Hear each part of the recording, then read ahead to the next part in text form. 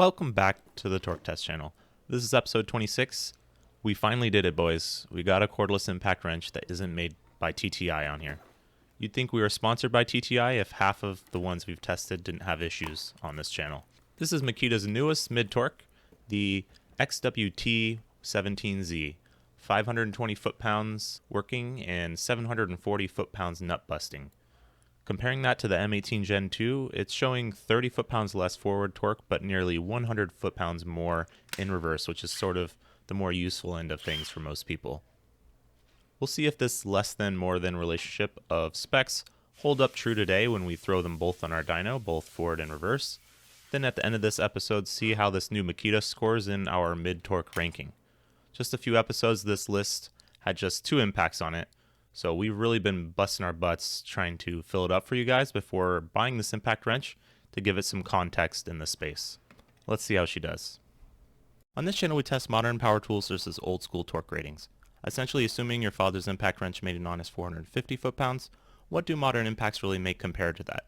Manufacturers admit there's really no way to compare torque ratings, so in a world where brands are now advertising 1,715 foot-pounds on a half-inch impact, this is our attempt at leveling the playing field. It won't disprove the brand's ratings, but it will allow us to actually compare power levels across brands for the first time.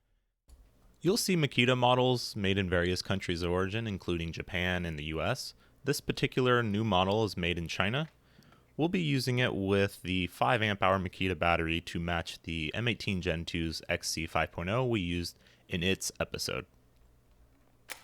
One thing we think separates this mid-torque from the rest of the category besides its super high specs is its size. It's still very much a mid-size gun among its cordless friends, but it's got some chunk to it. She's a thick girl.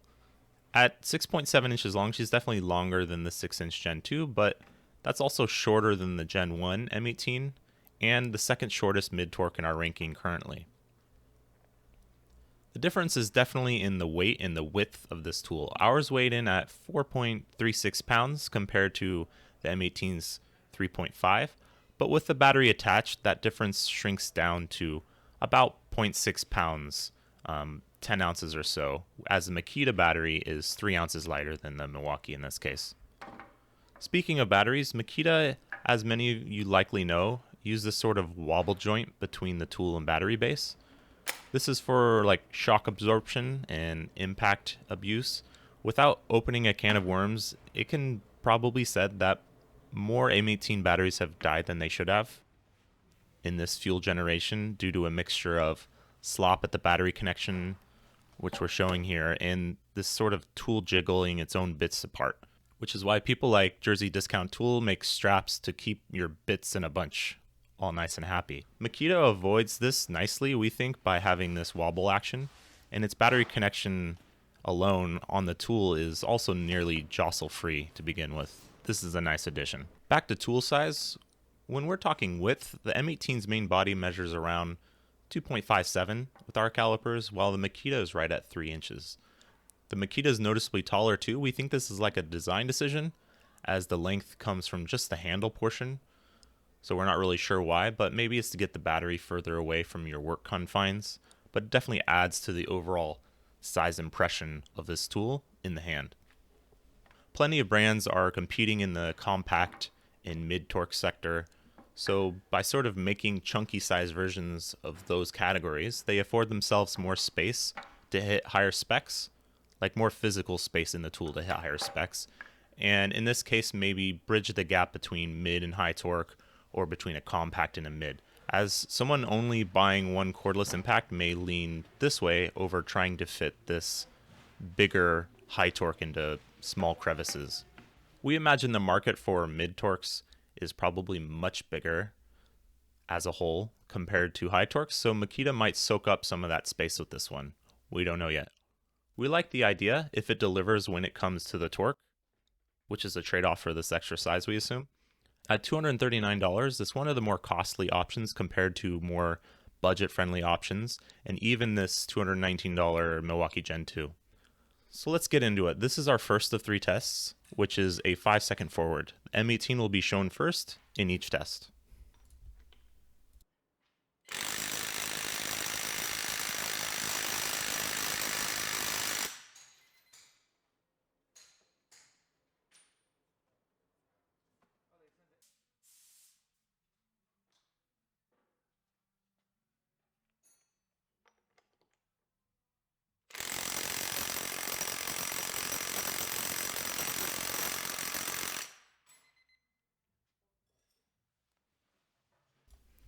So the Makita's a bit under here, making 315 versus 337.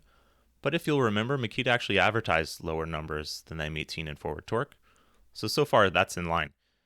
That takes us to our 10-second reverse test, which is max torque, where Makita claims to start to have an advantage. Let's take a look.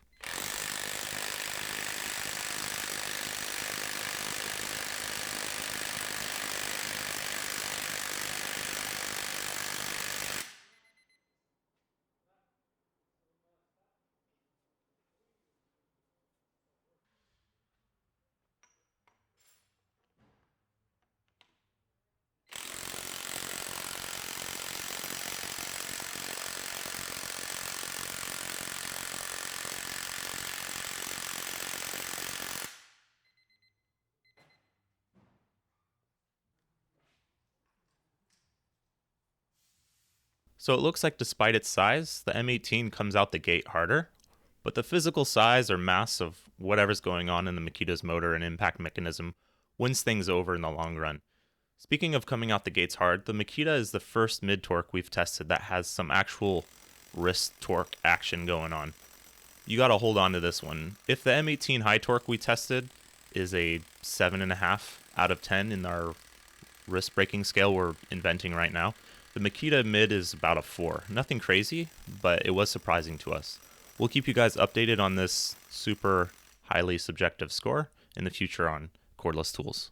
So let's see how that advertised 740 foot-pounds advantage works out in our last 15-second best-case scenario test, where the rubber really meets the road.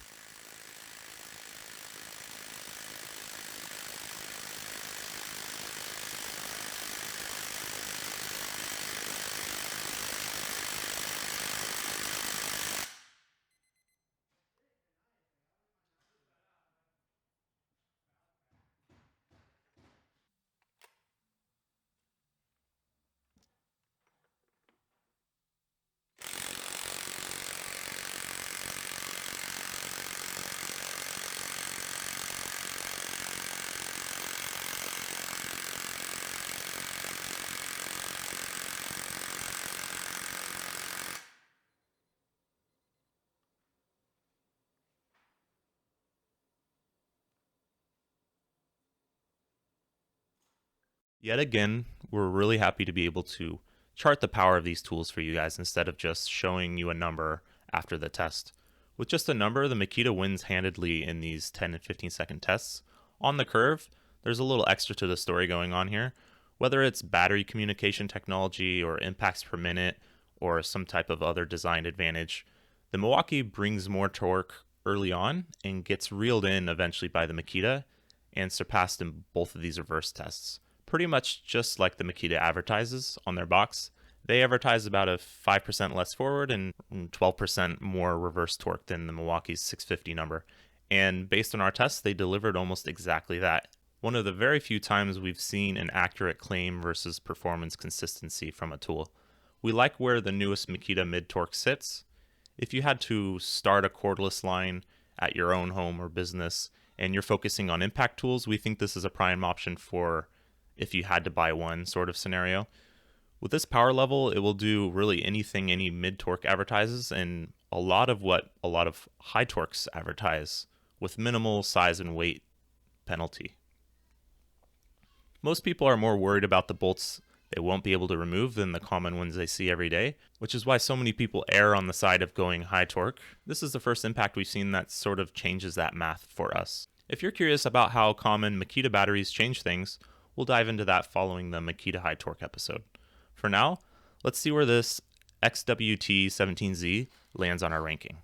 So here's our mid-torque rank list. We recently added a column for weight, so you'll see that here now. The torque figures that the Makita made get turned into points, so that's 32, 43, 50 points.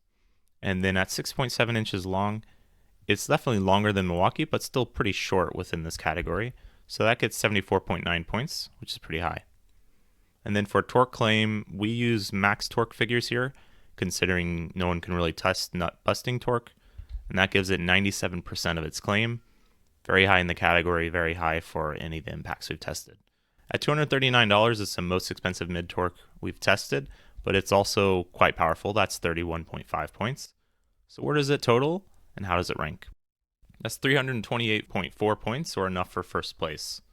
And it actually gets that first place by quite a few points. We think it's going to be difficult to unseat Makita from this list within the mid-torque category, because we focus on torque obviously a lot on this torque test channel. So of course, at the end of the day, neither the Milwaukee or Makita hit the numbers on the box compared to our old school IR231H standard of making 450, but almost nothing we test actually does, even the newest Ingersoll Rand's tools.